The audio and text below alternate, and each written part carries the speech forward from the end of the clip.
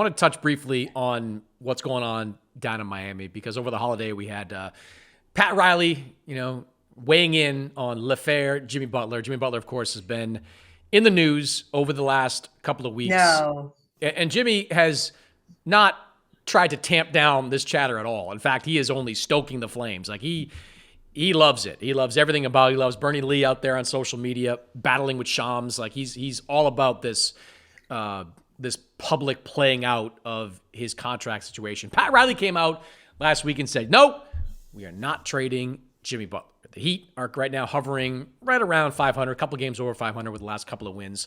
Do you believe him? Do you think that Jimmy Butler is a Miami Heat for at least the rest of the season? You know what the great thing is about being Pat Riley? Your nickname is literally the Godfather. If someone comes in and makes you a Godfather deal for Jimmy Butler, you get to turn around and say, hey, look, circumstances changed. You know that statement I came out with a couple weeks ago? What are you going to do? I think that statement may have been effective in some way of trying to quell some of the unrest or some of the uneasiness around the locker room internally. But I don't think it means much, because if they get a good deal for Jimmy Butler, I think they'll take it. So more the question to me is less of, is Pat Riley going to, quote, keep his word? Because I don't think that I think he left himself enough of an out that we don't even have to have that conversation. I think more of the question is, how much are you gambling with Jimmy Butler on other teams wanting him and wanting to pay him, and that player option of $52 million for next year? Because that's really the whole boat. Is this an expiring contract or not? Because if it is an expiring contract and you think he will walk away from that money no matter what and take a deal somewhere else, no matter how much it is, then yeah, you got to really consider trading him and getting something for him. But if you gamble that Jimmy wants the money and that he is not going to have the market he thinks he is this summer, and he might pick up that $52 million option for $52 million in 1 year is a lot of money, that to me is where this gets murkier and a little bit hard to calculate, because you don't have that hard sort of certainty of he's going to be a free agent this coming summer. You just don't know.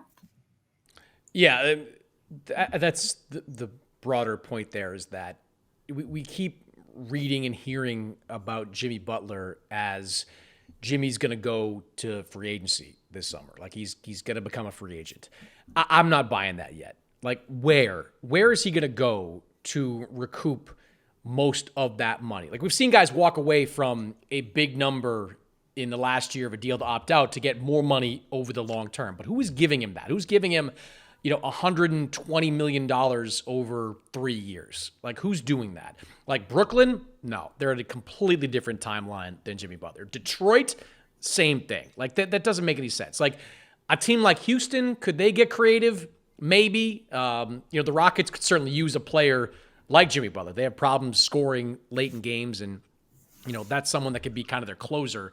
But I'm not yet buying the whole idea of Butler opting out of that contract and becoming a free agent with $52 million on the back end of that deal. I honestly think we're right back here this time next year having the same conversation. Like with Butler. And by the way, and then there's more certainty, right? And then we know a little bit more about what the market is. We know that he is going to be a free agent that next summer. We know what that Godfather, they made me an offer I can't refuse thing for Pat Riley would be. But right now, Jimmy Butler's, one of his big concerns at previous stops has seemed to be, they're not paying me what I'm worth, right? I mean, we've heard that from him in several cities. And by the way, I think he's largely been right several of those times. However, if that is one of his concerns, he's not getting $52 million from anyone else next year. It's not happening. And again, I want to go back to the age thing. Jimmy Butler's 35 years old. And that as these guys age, and you know it, Chris, do you remember when you were 35 versus 40? Things happen. Things happen to the body, my friend. Those of you who are young and listening to this podcast, let me just future cast for you a little bit. There is a huge difference between 35 and 37 and 37 and 38 and 38 and 39. And I just think we're getting a little bit we're getting over skewed, I guess is the best way to put it, on, guys can play forever. Most guys can't play forever. Most guys are not LeBron, who are elite at 40 years old. And when you look at what is a declining asset, which is anyone 35 or older is a declining asset. That goes for Kevin Durant, who's 36, goes for Jimmy Butler, who's 35. I think we have to be realistic about what kind of salary these guys are going to command in the future. And Jimmy and Bernie Lee have to be realistic about that also, because I just don't know who's giving him that huge amount of money. Well, it was just like 6 months ago that Pat Riley gave a press conference where he talked about needing Jimmy Butler to be more available. Like, you're not going to get healthier as you get older. So you also have to worry about his availability if you give him a new contract. Look, the Heat are in.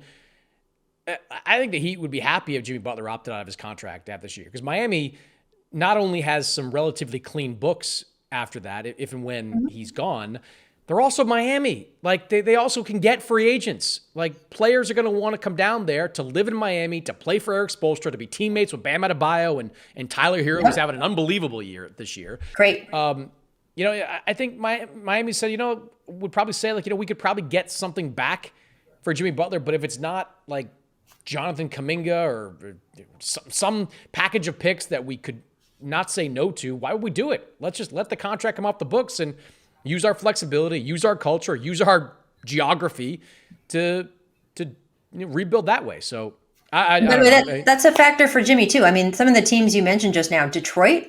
You think Jimmy Butler at this age, I mean, he's talked about his family and his kids and all of that several times. He's like, I've got to look. I mean, even last week, I think he said, I've got to look at the way I want to live my life.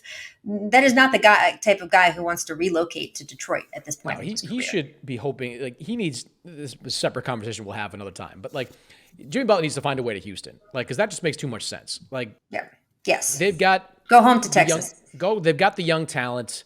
They need a fourth quarter guy. And in Jimmy Butler and Ime Udoka, they speak the same language, right? They vibe. Yep. Like, that is, they're both hard-nosed, tough guys who just are all about winning. Like, that to me makes way too much sense for it not to happen. Maybe it happens this summer, maybe opts in and, they do a deal that way. I don't know, but that to me is the most logical landing spot. But either way, I'm with you. I don't see him opting out of that contract. $52 million is too much money unless there's 150 on the table, somewhere else, which, again, I'm very skeptical about, to say the least.